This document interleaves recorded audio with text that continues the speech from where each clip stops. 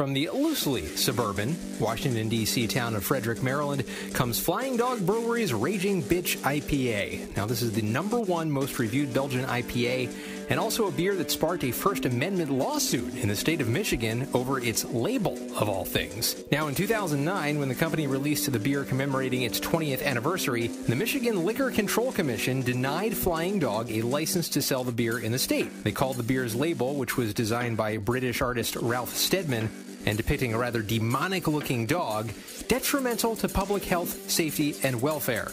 Now, this led Flying Dog to file litigation and partner with the Defense of Free Enterprise and fight the decision, which was eventually reversed a couple years later in 2011.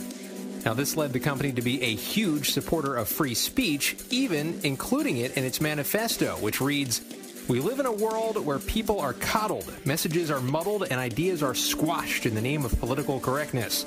When the thought police closed in on us, we went to federal court to defend our right to free speech and expression." Now, the beer did have its detractors outside of Michigan, however, as Deadspin produced an article in 2014 written by Will Gordon that called the dog and sex-themed double entendres of Flying Dog's beers, quote, "stupid and offensive," and said the label copy tries to pass off the, quote, "bitch factor" as a dual reference to dogs and also some Hunter S. Thompson / Ralph Steadman thing. This means we're dealing with grown human makers of intoxicants and decisions who still haven't gotten over their fear and loathing phase. Ominous.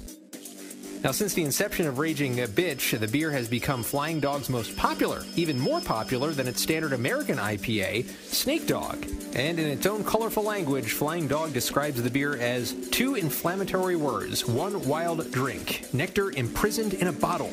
An anything but delicate blend of sharp hoppiness and fruity aroma, this beer is a life-changing backyard knife fight for your palate. Once you've had a Raging Bitch, everything else pales in comparison. Fermented with a volcano-like Belgian yeast strain called El Diablo, Raging Bitch earned its polarizing name from the aggressively active nature of the yeast. Unleashed, untamed, unbridled, and in heat.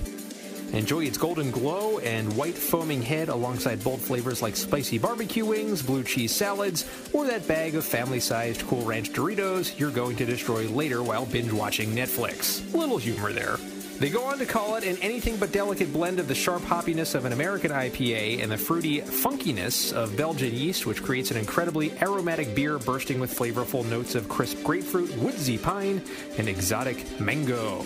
The malts used in this Belgian IPA are caramel, the hops are Warrior, Columbus, and Amarillo, and the yeast is, of course, Belgian, the El Diablo. It comes in at 60 IBUs and 8.3% ABV. Now, back in my review in February of 2015, I noted that the Belgian yeast gave off a much more subdued aroma than its American counterpart, and the taste was not as piney and citrusy as an American IPA, but I got a dank, overripe fruit sensation and then harsh aftertaste that didn't kick in until the second sip. I did end up really liking this beer, however, and I gave it an 8.5 out of 10. And here it is, the beer that sparked outrage and lawsuits, at least one lawsuit in Michigan. It's Flying Dog's Raging Bitch Belgian IPA from Frederick, Maryland, and the most popular beer from the Flying Dog Brewery, which is amazing because they do brew an American IPA, as I mentioned before, Snake Dog, but this one pretty much more popular in popularity than the Snake Dog IPA. Now, I reviewed this beer back in 2015. As I mentioned, I gave it an 8.3 out of 10, so I gave it a pretty good score, and we're going to see if this kind of still holds up to what I believed it to be. Kind of thought it had that Belgian yeast, kind of thought it had some of that, I guess, fruity ester kind of aroma that is kind of prevalent in many Belgian IPAs. So this is our number one most reviewed Belgian IPA. So this is number one in its style as far as popularity goes, maybe not as far as ratings go, but this is definitely an easily accessible beer for Eastern Pennsylvania, which is where I live. And we're going to pour it into this tulip glass and see what we get and see if my review from 2015 still holds up. We see that orangey amber color that we're pretty much accustomed to with IPAs. Not really a lighter look to this IPA, a Raging Bitch. Got a nice little off off-white head, which is very, very succinct with the style, and probably about a half a finger of head. Good carbonation, as you can see, lots of bubbles inside, kind of translucent. You can see my hand. So a good-looking beer indeed. And I wonder how the Belgians feel that an American Belgian IPA is #1. Maybe they don't care because, as we mentioned, Belgian IPAs are kind of a hybrid style anyway. So it's not, it's called a Belgian IPA, but it's not. It's probably about half Belgian, half American of a concoction, really. So they probably don't feel it as their own as much as maybe Americans do, although there are Belgian IPAs as well, and we'll get to those in a bit. So this is 2 months before its freshness expiration date, if you're interested, so well within that range. And aroma-wise, okay, Belgian yeast strain is still there. Hoppiness, I'm getting a little more of a piney aroma out of this beer than from what I reviewed before. Much more piney. Very Christmassy-like almost, which is kind of surprising.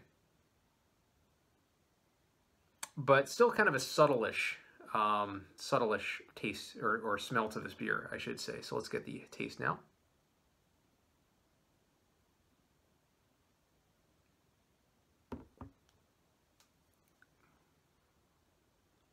Wow, okay. So this does taste like that hybrid style, that style that we are exactly thinking of when we think of Belgian IPAs. I really, really like this beer. It really tastes good. Really tastes like a great example of the style, which is ever evolving, as we mentioned. A little bit of that subtle dank fruit, maybe dank grapefruit, but really, really subtle as it intermixes with that Belgian yeast strain. Really good beer. I like it actually a little better, I think, than I liked it in 2015.